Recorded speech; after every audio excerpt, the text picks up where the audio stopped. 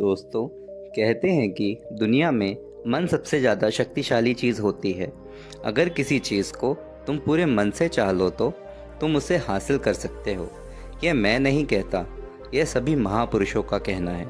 लेकिन अगर यह सत्य है, यह सच है तो जो हम अपने मन से चाहते हैं वह हमें हासिल क्यों नहीं होता? वहीं कोई भी इंसान अपने मन में दुख तो नहीं चाहेगा, लेकिन वह रहता तो दुखी है।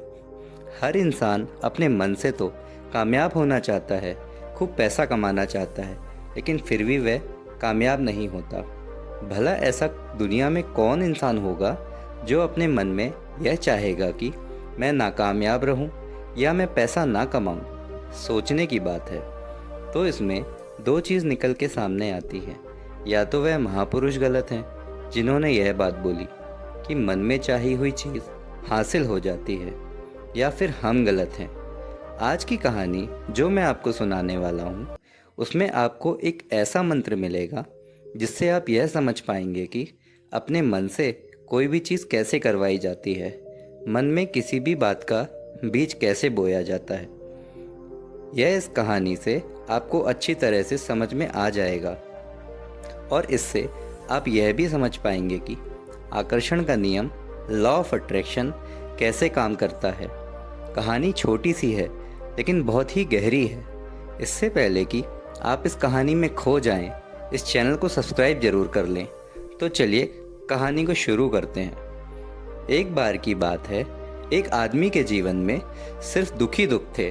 वह जो भी काम करता उस बेचारे का काम ही पूरा नहीं होता। घर में आता तो कलेश बना रहता, किसी से भी मदद मांगता तो उसकी कोई मदद ही नहीं करता। उसे ऐसा लगने लगा था कि चारों ओर से दुखों का पहाड़ उसी पर टूट पड़ा है। उसे समझ नहीं आ रहा था कि मैं दुखों से बाहर कैसे निकलूं। वह बस दिन रात यही सोचता रहता कि अपने दुखों से छुटकारा कैसे पाऊं। इसी कारण तो वह रात में सो भी नहीं पाता था। उसकी आंखों के नीचे बड़े बड़े काले घेरे बन गए थे, जो इस बात का प्रतीक थे कि वह आदमी कितना दुखी है और कितना चिंतित है। कभी कभी तो उसके मन में आत्महत्या करने के भी ख्याल आते थे, लेकिन अपने परिवार की चिंता करने से वह कदम नहीं ले पाता था। वह इतना दुखी हो गया कि उसने निर्णय किया कि वह अपने दुखों से छुटकारा पा के रहेगा। इसके लिए चाहे उसे कितनी भी मेहनत करनी पड़े, कुछ भी करना पड़े, चाहे अंगारों पर चलना पड़े, लेकिन इन दुखों से छुटकारा हासिल करके रहेगा। एक दिन उसने अपने मित्र से पूछा कि मैं अपने जीवन को कैसे सुधारूं। मित्र ने बताया कि तुम किसी बाबा के पास जाओ। बाबाओं के पास ऐसा मंत्र होता है जिससे सारे दुख मिट जाते हैं, जीवन खुशियों से भर जाता है और धन संपदा भी हासिल हो जाती है। तुम किसी ऐसे बाबा को ढूंढ लो, बस तुम्हारा काम बन जाएगा। उस आदमी के मन में यह बात पूरी तरीके से पक्की बैठ गई कि अब बाबा ही मेरा दुख दूर कर सकता है, और इसीलिए उसे किसी भी बाबा के बारे में पता चलता तो उस बाबा के पास पहुंच जाता, उस बाबा को अपनी समस्या बताता और उससे उसका समाधान पूछता और कहता कि बाबा मैं कुछ भी करने के लिए तैयार हूँ, लेकिन मेरी समस्याओं से मुझे छुटकारा दिला दीजिए। आप जो कहेंगे मैं वह करूँगा, लेकिन मेरे जीवन को सुधार दीजिए। बाबा उसे कुछ टोने टोटके बता देते थे, करने के लिए कहते और बदले में दान दक्षिणा ले लेते थे। टोना टोटका करने के बाद तुम्हारे घर में सुख शांति बनी रहेगी, बस इस टोटके को पूरी विधि के साथ करना। वह आदमी घर लौटकर पूरी विधि के साथ टोने टोटके करने लगा, लेकिन बहुत टोने टोटके करने के बाद भी उसके जीवन में कुछ बदलाव नहीं आया। इसके विपरीत उसका जीवन और ज़्यादा दुखी हो गया। जो भी बाबा उसे टोना टोटका देता था वह बदले में दान दक्षिणा लेता था, जिससे उसका धन भी धीरे धीरे खत्म हो रहा था। इससे उसके जीवन में दुख और ज़्यादा बढ़ गए। तब उसे लगा कि बाबाओं के पास जाने से तो मेरे जीवन में दुख कम ही नहीं हो रहे, उसकी बजाय और बढ़ते जा रहे हैं। तो मुझे क्या करना चाहिए? बाबाओं के पास जाऊं या ना जाऊं? एक आदमी ने बताया कि तुम अपने घर में किसी पंडित को बुलाकर हवन करवा लो। अगर कोई भी बुरी ऊर्जा होगी घर में तो घर से बाहर चली जाएगी। पंडित को बुलाकर पूरे विधि विधान से मंत्रोच्चारण कराओ और हवन कराओ, जिससे घर में सुख शांति आए। उस आदमी के मन में यह बात बैठ गई और उसने एक पंडित को अपने घर पर बुलाकर हवन करवा दिया। हवन अच्छी तरह से संपन्न हुआ। बदले में पंडित ने भी अच्छी दान दक्षिणा ली और उसके बाद वह वहाँ से विदा हो गया। लेकिन कुछ दिनों के बाद उस आदमी को महसूस हुआ कि उसके जीवन में कोई बदलाव नहीं आया है। अब वह आदमी पूरी तरह से दुखी हो गया और ज़्यादा परेशान हो गया। अब तो उसे लगने लगा था कि मेरे जीवन में दुख कभी ख़त्म ही नहीं होंगे, और यही सोच सोचकर उस आदमी का बुरा हाल हो गया। फिर एक दिन उसे अपने मित्र से ऐसे बाबा के बारे में पता चला जो समाधान बताने के लिए कोई दान दक्षिणा नहीं लेता था। उस आदमी को लगा कि यह बाबा दूसरे बाबाओं की तरह नहीं हो सकता, क्योंकि यह दान दक्षिणा तो लेता ही नहीं, और अगर दान दक्षिणा नहीं लेता तो यह सच में कोई सिद्ध बाबा होगा। और यही सोचकर उस बाबा के पास पहुंच जाता है। जब वह आदमी वहां पर पहुंचता है तो वह बाबा ध्यान में बैठे हुए थे। यह देखकर वह आदमी वहीं पर चुपचाप बैठकर ध्यान से बाहर आने का उनका इंतज़ार करने लगा। थोड़ी देर बाद बाबा ने आंखें खोली तो सामने ही एक दुखी और परेशान युवक को बैठे देखा। उसकी आंखों के नीचे काले घेरे देखते ही समझ गए कि आदमी अपने जीवन से कितना परेशान है।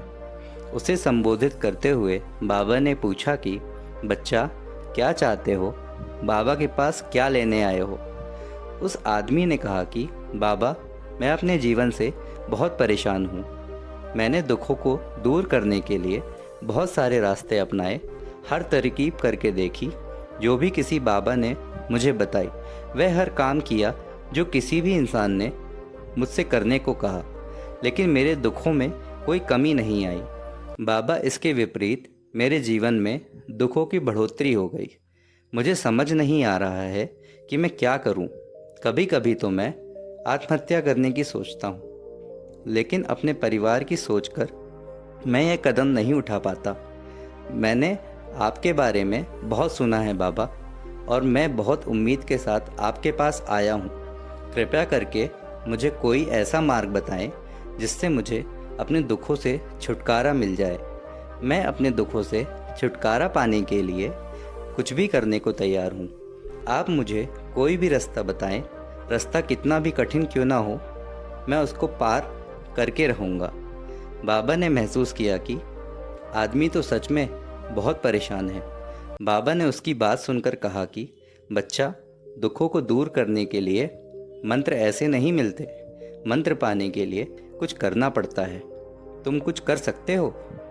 यह सुनकर पहले तो उस आदमी ने सोचा कि यह बाबा भी मुझसे दान दक्षिणा ही मांगेंगे, लेकिन और कोई रास्ता ना पाकर उस आदमी ने कहा कि बाबा, आपको जितनी भी दान दक्षिणा चाहिए मैं देने के लिए तैयार हूँ, लेकिन आपका मंत्र सच्चा होना चाहिए और वह पूरा होना चाहिए। उसका फल मुझे मिलना चाहिए। उसके बाद में आपको जो भी दान दक्षिणा लेना चाहते हो वह दे दूँगा। बाबा ने कहा कि दान दक्षिणा तो बहुत छोटी सी चीज़ है, मुझे वह नहीं चाहिए। इस पर वह आदमी सोच विचार करके बोला, तो बाबा, मैं अंगारों पर भी चलने के लिए तैयार हूँ, आप मुझे बस आज्ञा दें। बाबा ने कहा कि अंगारों पर चलने वाली छोटी चीज़ मैं तुमसे नहीं कराने वाला। मैं जो तुमसे कराने वाला हूँ वह बहुत कठिन मंत्र है, उसे पूरा कर पाओगे? आदमी ने कहा कि बाबा, आप मुझे बताइए तो सही, मुझे करना क्या होगा? मैं कुछ भी करने को तैयार हूँ। इस पर बाबा ने उसे कहा कि यहाँ से जब तुम अपने घर जाओ तो रास्ते में अपने मन में यह दोहराते जाना कि मैं सुखी हूँ, मैं सुखी हूँ, मैं सुखी हूँ। बार बार अपने मन में यही दोहराना, और याद रहे ज़ुबान में भी नहीं आना चाहिए, सिर्फ मन में दोहराना है। यह सुनकर बाद में आदमी बोला, बाबा, बस इतनी सी बात कर लूँगा, लेकिन इससे मेरा दुख दूर होगा? बाबा बोले, इस मंत्र को करके देखो, वैसे ही तुमने इतने बाबाओं के मंत्र किए हैं, तो इस मंत्र को भी करके देख लो। उस आदमी ने सोचा कि बाबा कुछ दान दक्षिणा तो ले नहीं रहे और छोटा सा मंत्र है, इसे तो मैं कर ही लूँगा। ठीक है बाबा, मैं मंत्र जरूर करूँगा। वह आदमी यह कहकर वहाँ से उठकर चलने लगा, लेकिन जैसे ही वह चलने लगा, पीछे से बाबा ने बोला कि बच्चा, एक बात याद रखना, जब तुम यह मंत्र अपने मन में दोहराना तो तुम्हारे मन में बंदर के विचार नहीं आने चाहिए, बंदर का ख्याल भी नहीं आना चाहिए, तो ही यह मंत्र सिद्ध होगा। वह आदमी बोला, मुझे तो आज तक बंदर का कोई विचार नहीं आया, तो अब क्यों आएगा? आप चिंता मत करिए बाबा, मैं बस मन में यही दोहराऊंगा कि मैं सुखी हूँ, मैं सुखी हूँ। इसके अलावा बंदर का कोई विचार मेरे मन में नहीं आएगा। यह कहकर आदमी वहाँ से चल दिया।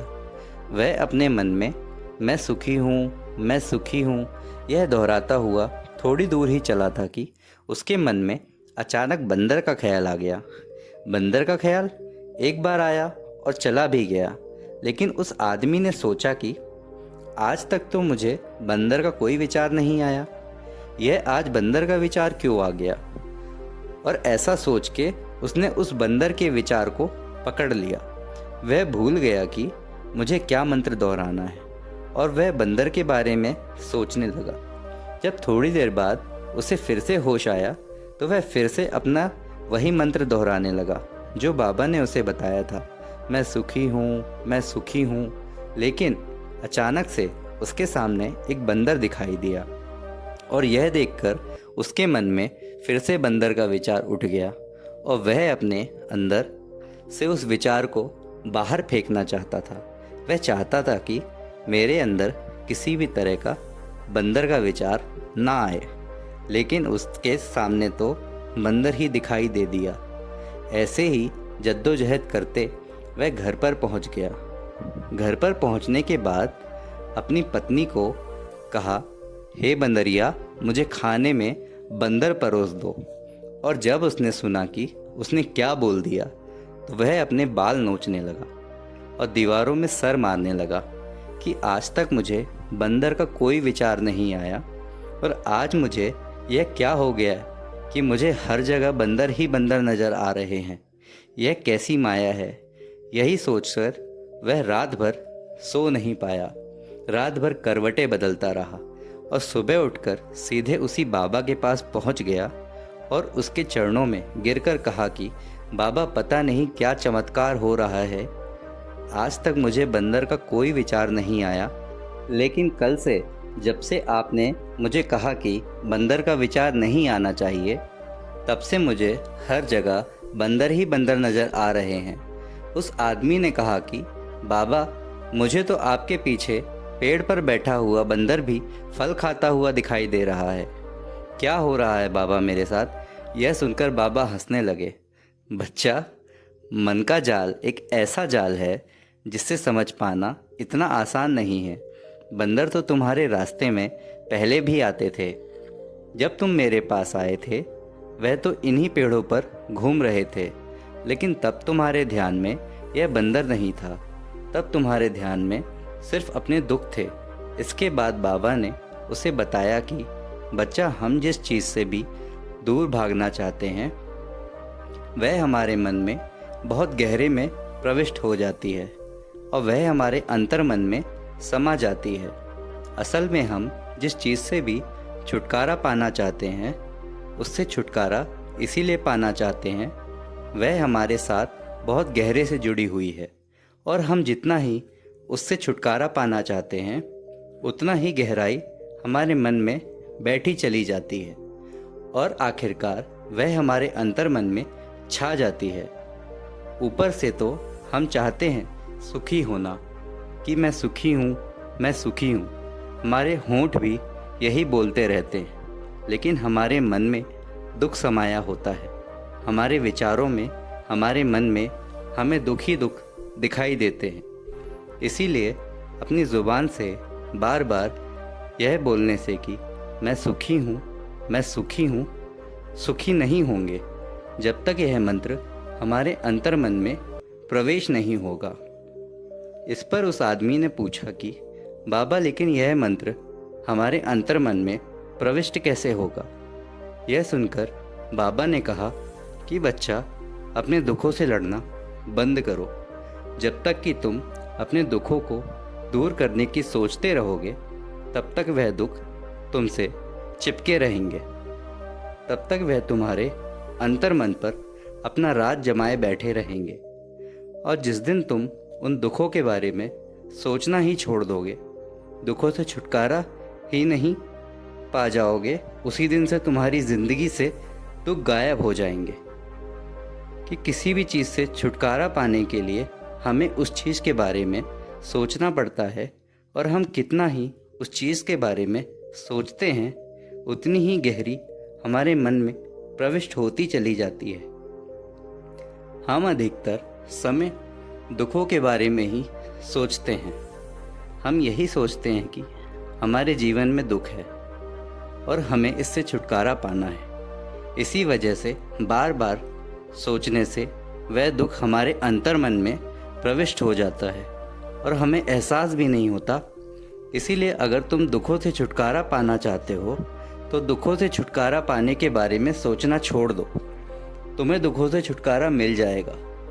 अक्सर आदमी धूम्रपान छोड़ना चाहता है, शराब छोड़ना चाहता है, सुबह अपने आप से वादा करता है कि मैं कोई भी गलत काम नहीं करूँगा, लेकिन शाम को जब लौटता है तो नशे में चूर होकर लौटता है। ऐसा क्यों होता है कि जो हम सोच रहे हैं वह पूरा कर ही नहीं पा रहे? असल में हम उस चीज़ को बहुत ज़्यादा तवज्जो दे रहे हैं, उस चीज़ को बहुत ज़्यादा अहमियत दे रहे हैं। जब भी हम उस चीज़ को छोड़ने के बारे में सोचते हैं तो हम उसकी महत्वता और ज़्यादा बढ़ा देते हैं। हमारा मन उस चीज़ के बारे में जितना ज़्यादा सोचेगा, शराब या धूम्रपान छोड़ने के बारे में जितना ज़्यादा सोचेगा, हमारा मन उतना ही उस चीज़ के पीछे ज़्यादा भागेगा। हमें उस चीज़ से लड़ना नहीं है, बल्कि बिना सोचे गुजर जाना है। और अगर इस मंत्र को हम समझ लेते हैं तो हम अपने जीवन में भी जो पाना चाहते हैं उसे अपने अंतर्मन में डाल सकते हैं। और एक बार वह लक्ष्य हमारे अंतर्मन में बैठ जाता तो फिर सफलता पाने से हमें कोई समस्या नहीं आती, कोई दिक्कत नहीं आती। तो दोस्तों, कैसी लगी आपको यह कहानी कमेंट सेक्शन में ज़रूर बताएं, और अच्छी लगी तो इस चैनल को सब्सक्राइब ज़रूर करें।